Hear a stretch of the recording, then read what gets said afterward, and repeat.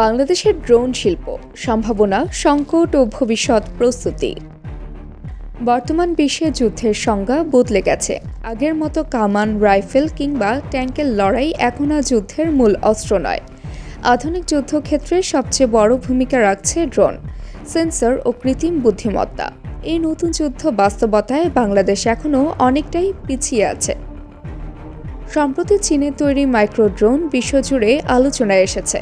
মাত্র 0.6 সেন্টিমিটার দৈর্ঘ্যের এই ড্রোনে রয়েছে ক্যামেরা, মাইক্রোফোন এবং এমন প্রযুক্তি যা রাডারেও ধরা পড়ে না। নজরদারি ও তথ্য সংগ্রহের ক্ষেত্রে এই ড্রোন বিপ্লব ঘটাবে বলে মনে করছেন বিশেষজ্ঞরা।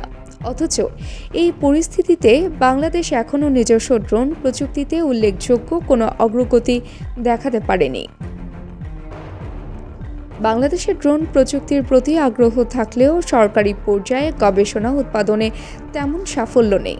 যদিও ব্যক্তিগত উদ্যোগে অনেক তরুণ উদ্ভাবক এআই নির্ভর ড্রোন, কোয়াডকপ্টার এবং নজরদারি ডিভাইস তৈরি করছেন, কিন্তু তা জাতীয় পর্যায়ে পৌঁছাতে পারছে না। বাজেট সংকট, আমলাতান্ত্রিক জটিলতা এবং রাজনৈতিক সদিচ্ছার ঘাটতি এই খাতের বড় বাধা। বিশ্ববিদ্যালয়ের ল্যাবগুলোতে অনেক উদ্ভাবন দিনের আলো দেখার অপেক্ষায় থাকলেও বাস্তবায়নের সুযোগ মেলে না।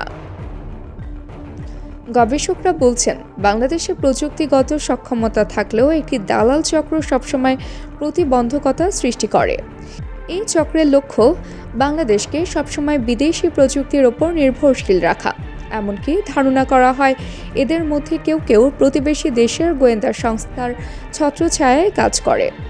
ফলে বাংলাদেশের ড্রোন প্রযুক্তির বিকাশ বারবার বাধাগ্রস্ত হয়। অন্যদিকে প্রতিবেশী দেশ ভারত ইতিমধ্যেই হেরেন, রুস্তম ও পঞ্চগাভ এআই ড্রোন মোতায়েন করেছে। মিয়ানমারও চীন ও রাশিয়ার সহায়তায় নিজস্ব যুদ্ধ ড্রোন তৈরি করেছে। কিন্তু বাংলাদেশ এখনও হাতে গোনা কিছু বিদেশি ড্রোনেই সীমাবদ্ধ। বঙ্গোপসাগর, চট্টগ্রাম বন্দর বা সীমান্তবর্তী পাহাড়ি এলাকায় যদি কোনো ড্রোন উড়ে বেড়ায়, বাংলাদেশ তা শনাক্ত করার সক্ষমতাও রাখে না। এতে জাতীয় নিরাপত্তার বড় শূন্যতা তৈরি হচ্ছে। তবে আশার আলো আছে। চীন এখন শুধু ড্রোন বিক্রেতা নয়, বরং পাকিস্তান, ইরান সহ মিত্র দেশগুলোর সঙ্গে প্রযুক্তি ভাগাভাগি করছে। চীনের সরকারি গণমাধ্যমগুলোর দাবি, বাংলাদেশকেও তারা এআই ভিত্তিক ড্রোন প্রযুক্তি, রাডার সিস্টেম ও সেন্সর ডিজাইন ট্রান্সফার করতে প্রস্তুত। এখন প্রশ্ন, বাংলাদেশ এই সুযোগ কাজে লাগাবে কিনা?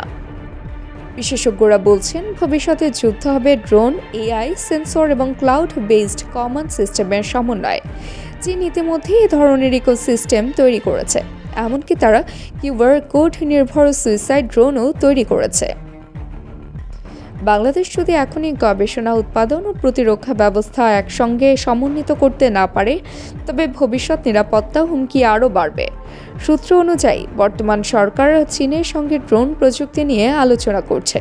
তবে সিদ্ধান্ত নিতে দেরি হলে অন্য দেশের উপর নির্ভরতা আরও গভীর হবে।